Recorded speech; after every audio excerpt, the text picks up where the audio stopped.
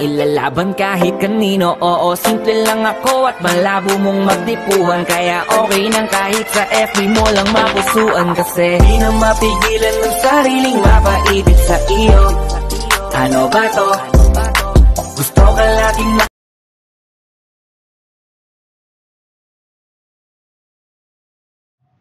Hello guys! Once again, this is Jason Bibelen, aka Organizon118, and welcome to my YouTube channel. So last topic, or in my part 1 and part 2 of my video, I presented to you and I discussed to you the importance of the nature of covalent bonds and the chemical bonding theory. So we have learned how to form tetravalent bonds in carbon. We also learned how to draw the electron dot structures or the Lewis structures and the Kigoli structures or the line band structures. For today, we will discuss forming covalent bonds, or how these bonds are formed, or how covalent bonds are formed. We will answer this question, that how does electron sharing leads to bonding between atoms. Electron sharing leads to bonding between atoms is governed by this theory called the valence bond theory. So what is this valence bond theory? According to this theory, that a covalent bonds form when an atom approaches to another atom with a singly occupied orbital, then it will overlap its singly occupied orbital to another singly occupied orbitals. So these electrons, actually the valence electrons, are actually lie on a specific orbital that will be the one to bond itself to another orbital. Thus it overlaps its orbital, its singly occupied orbital, to another singly occupied orbitals. Okay, so the key there is what we call the overlapping of orbitals. So we already knew in the basic chemistry that there are orbitals. There are orbitals where electrons lie. Okay, so we have s orbitals, we have p orbitals, we have d orbitals, and f orbitals. So in s orbital, the shape is a sphere. In p orbitals, the shape is a dumbbell. And we have also d orbitals and we have f orbitals, which are very complex orbitals. Okay? So for example, that if one hydrogen will combine with another hydrogen, so we already knew that hydrogen has the valence electron of 1 electron. Okay? By writing its orbital notation, we have an arrow up that represent, so this is an arrow up that represent the 1 valence electron of hydrogen. And the arrow down will represent the valence electron of another hydrogen. Because in bonding, there should be a pairing of electrons. And pairing of electrons should be the one electron is up, okay, and the other electron is going down. Okay, that is the rule in writing orbital notation. So if the orbital is paired, that means one electron, it represents an arrow up, and the other electron will represent an arrow down. Okay, and we knew that hydrogen has only one orbital, which is the 1s orbital, and that one electron lies on that s orbital.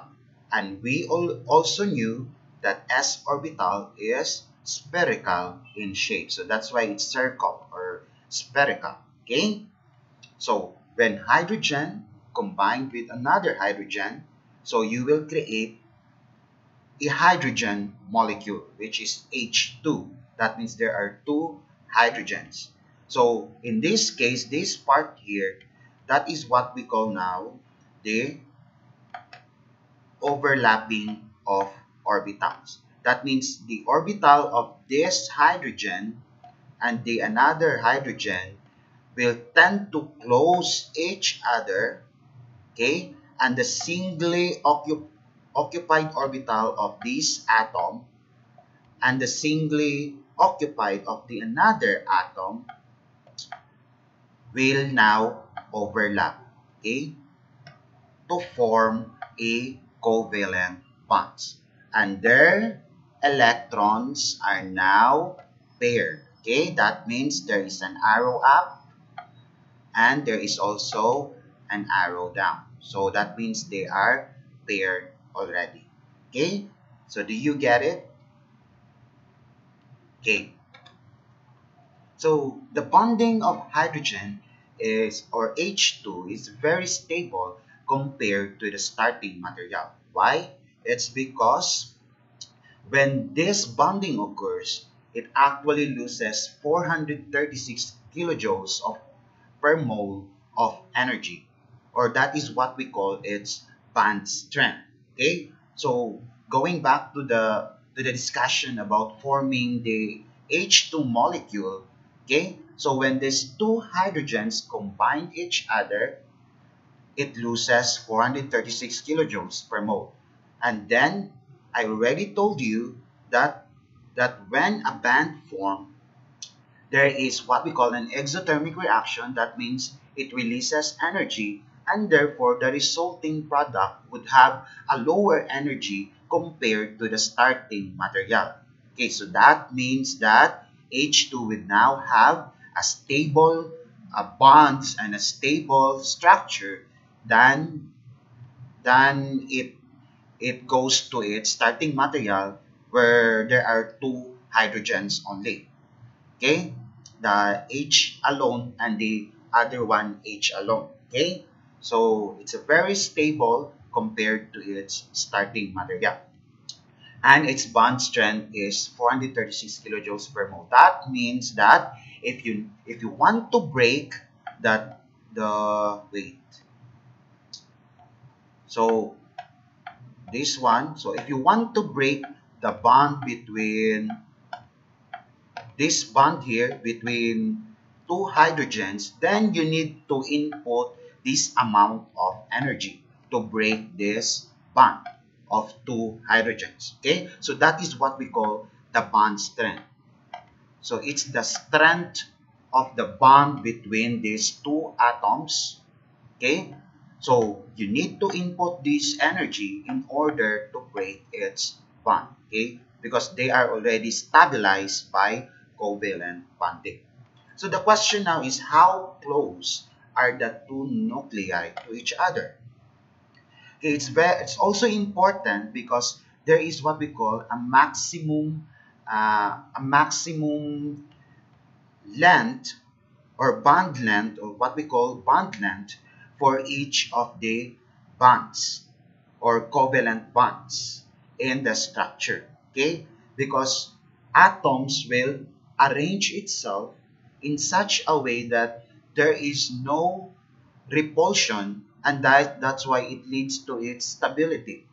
Okay, so it's their stable structure, it's their stable conformation. That means that is their desired bond length, and because at that portion they are already stable at that length. Okay, so and you also want to input that these two hydrogens will not be close to each other or to be far away to each other. Okay, why? I will erase first this.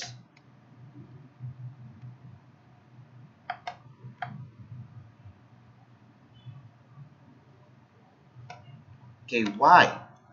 Okay, so looking at this diagram, okay, so in this, our y-axis is the energy and the x-axis is in the internuclear distance.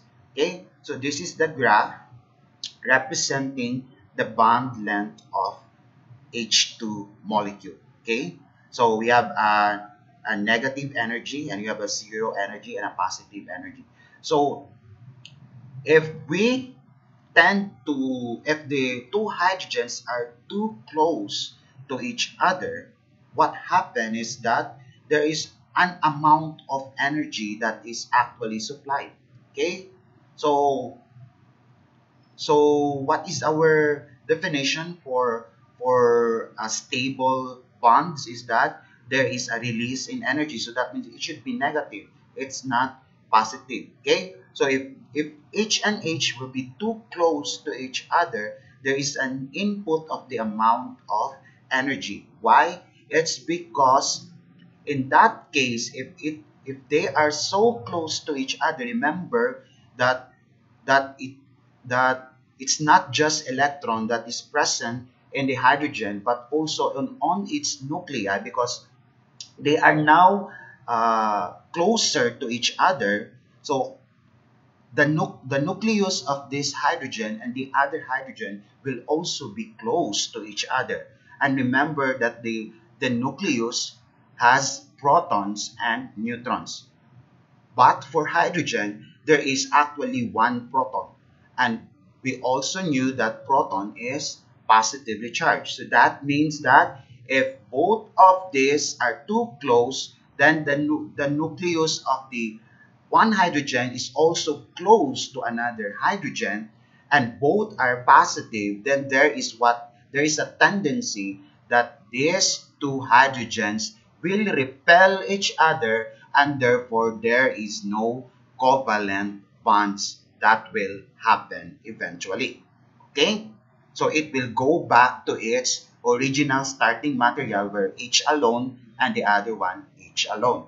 Okay? So that means that becomes a positive energy because you input energy of this. Okay?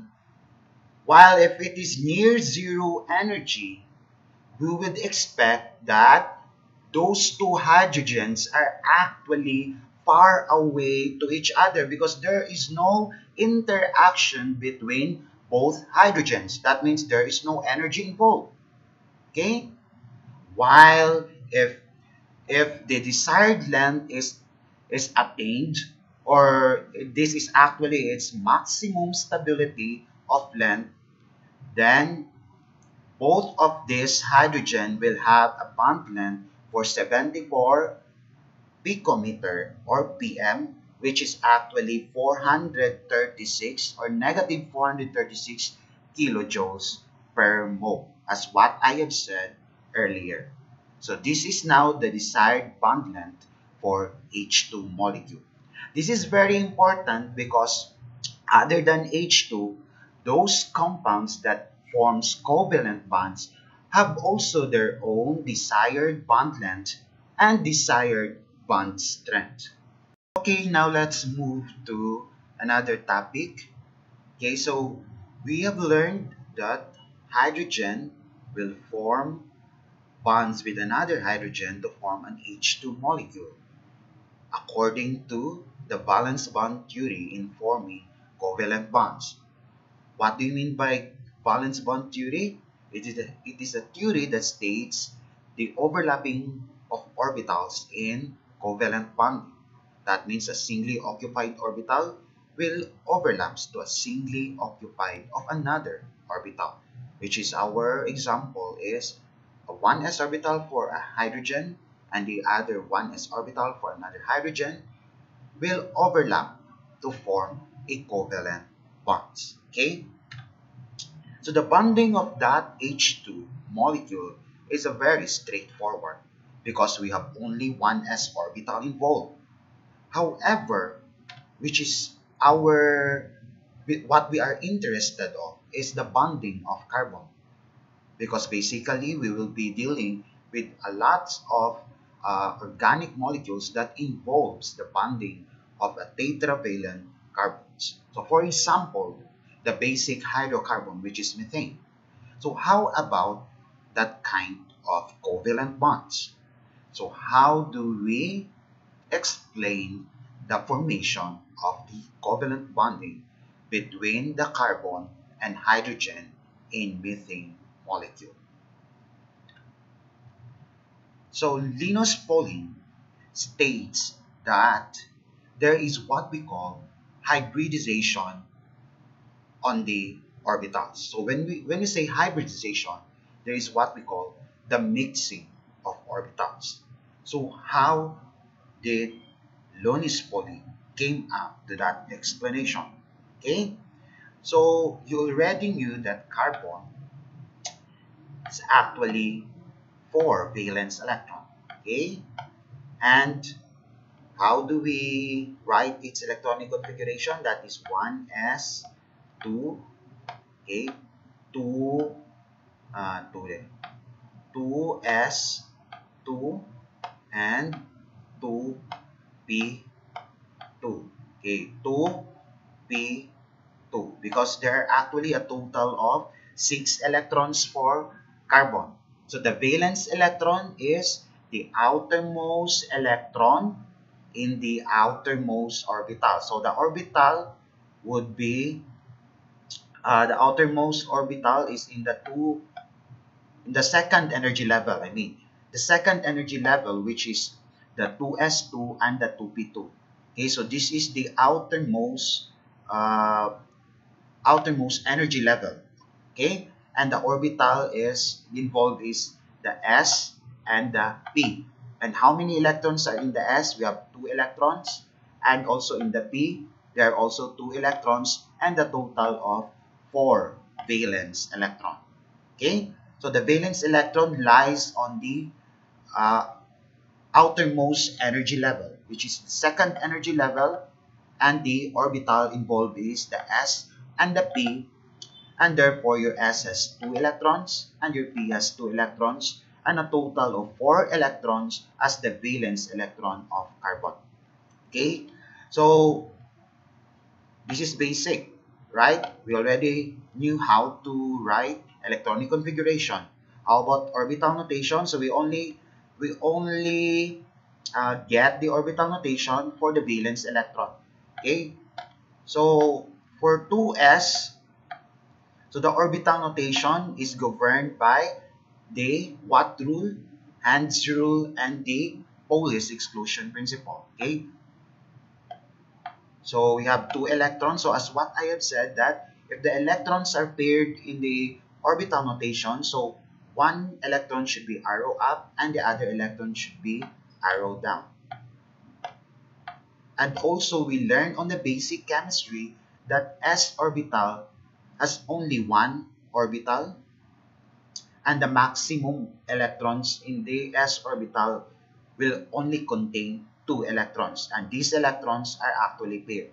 For 2p orbital, we have 3 what we call degenerate orbital. Am I right? So these 3 degenerate orbital are what we designated as px. We have also py, that is py, py, and we have also pz. So these orbitals are what we call degenerate orbitals. Okay, so Hund's rule states that we should first occupy orbital in a singlet manner. Okay, occupy each degenerate orbital, but there are only two electrons, so that means we will only stop on the py degenerate orbital. So we will not anymore put another electrons on the pz. Okay, so this is now the orbital notation for the carbon. Okay, translating the electronic configuration to an orbital notation. So we will not just involve 1s2 orbital, okay, because we are more concerned on the bonding electrons that is actually found on the valence electron, and this is now the translation for the orbital notation of the valence electron. Okay, so how did Lonnes-Pauling came up hybridization? So it says here that hybridization, there is what we call the mixing of orbitals. But how is this mixing orbitals happen? Okay, so 2s orbital there is what we call promotion of electron. Okay, so since there is vacant in in the PZ, okay, for Hund's rule of multiplicity, okay, an orbital will have a stability if, because they are more likely the same in energy for 2s and 2p. Okay, they are more likely the same energy. So it could have that on the same energy, it would be it would have a very stable configuration if if all of these orbitals are in a singlet manner. That is actually Hund's rule of maximum multiplicity. Okay, it's a stable and it has a lower energy if they have more likely the same energy and both of these orbitals have a singlet electron. Okay, so we can actually promote this electron to the PZ orbital. You can now form what? Okay, for 2s you have only one orbital because you promoted the electron of that to the PZ. Okay, so we have another. Okay, so we have already 3 electrons and it is already occupied, singly occupied. Okay, so what happened is that your 2s and 2p will mix to each other. Okay, will mix because this is what we call hybridization. This will mix to each other to form a 4 equivalent SP3 hybrids. Okay, so your 2s and your 2p will mix to each other to form equivalent SP3 hybrids. Okay, this is what we call an SP3 hybrids. And how many electrons for this? There are 4 singly occupied orbitals which are actually SP3 hybrids. Okay, so if this is already an SP3 hybrids, this orbital has an S character and a P character. So both of these 4 orbitals will have an S character and a P character. Therefore, it can bind to or it can bond to another S orbital. So like for example, hydrogen. Hydrogen is spherical in shape. So that because it has only one S orbital. Okay? And since there are 4 equivalent sp3 orbitals, why is it sp3? Because we have 1s and 3p. Okay? 3p orbitals. Okay, so that becomes an sp3. Okay, so you wonder why is it called sp3? Because this is 1s and there are 3p. So that means it becomes sp3. Okay? So going back to my explanation, so your hydrogen is spherical in shape. So therefore, its one electron will eventually pair to this orbital. Okay? So one hydrogen will pair to this orbital so that this will be occupied. Okay? And if you have another hydrogen, which is also 1s in orbital, will pair to this another sp3 hybrids. Okay?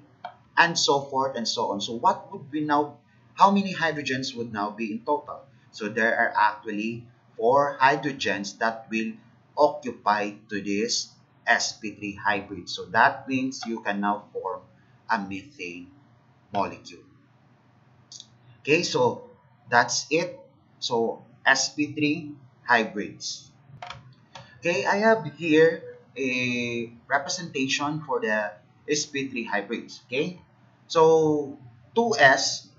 So we have learned already that the valence electron for carbon, okay, lies on the 2s and the 2p orbitals. Right? So this is the 2s orbital, which is spherical in shape. Okay, and the p orbitals are dumbbell. Okay, I told you already that it is dumbbell in shape. Okay, so for example, that in 2s orbital, so the electrons are actually there. Okay, so the electrons are actually moving, and we don't know where is the electron. Okay, because that is a Heisenberg uncertainty principle. We can never know where is the electrons located unless we will let the electrons stop so that we can know the distance. Okay, so we stop the electrons. So, and that is uncertainty. Okay, we just knew that in this spherical shape, the electrons are actually there. So we will just make a positive sign. That means the electrons are there. Okay, so for p electrons, so we have here a gap here. That means there is no electron there. So if we will just put a sign that on this pink lobe, that is where the electron, and in this side is a negative. Okay, so the not the yellow, the blue lobe would have a negative electron. That means a negative sign. That means electron is not present there. Okay, we will just put a label. Okay, so that we will know that where is the electrons located, because actually Heisenberg uncertainty principle uh, is that states that we can simultaneously locate the electrons, okay, and determine its spin. Okay, so what happened is that if we mix the 2s and the 2p orbitals, okay,